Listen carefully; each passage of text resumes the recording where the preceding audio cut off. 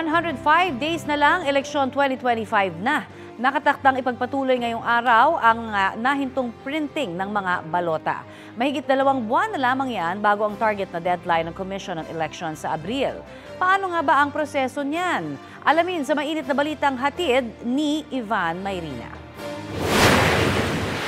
Ang ating pong kinaroroonan ngayon ay isang restricted area. Tayo po ay may clearance mula mismo sa COMELEC para manatili rito at makapag-ulat mula rito. Pero lahat po na mga tao rito, ito mga kawani ng COMELEC, kailangan dumaan sa biometrics para magka-access, makapasok dito.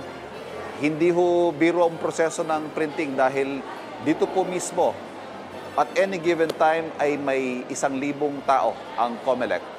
Para sa iba't ibang stage ng printing mula sa verification, sa pag-check kung tama ang naiprint na balota at sa lahat ng mga proseso maraming tao ho ang kinakailangan at lahat sila may restricted access dito sa National Printing Office. Mula rito sa biometrics area, ito naman po mismo ang printing area.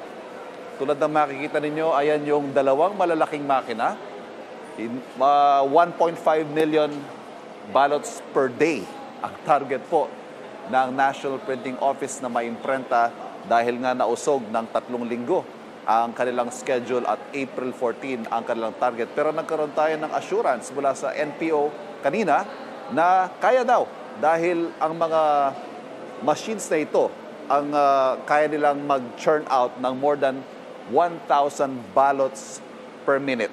Pero siyempre, meron pa dyan mga reject, may mga magiging spoiled ballots pag hindi nakapasa sa quality control, sa mga security markings. Siniguro ng National Printing Office na kung kakailanganin may mga spare machines na pwedeng gamitin para maabot natin ang target na 73 million ballots by April 14. Ang mga mapiprint, dadali naman dito sa area na to, dito naman isa-stack o dito ipapatong-patong yung mga balota. At mula naman dito sa stacking, dito naman po makikita natin, ayan, silipin lamang natin, nakasarado ito eh. Pero nandyan po ang mga ACM, mga automated counting machines. Isa-isa idadaan ang mga na-imprint ng balota sa mga ACM para masigurong tama ang sukat at masigurong hindi iluluwa ng mga makina.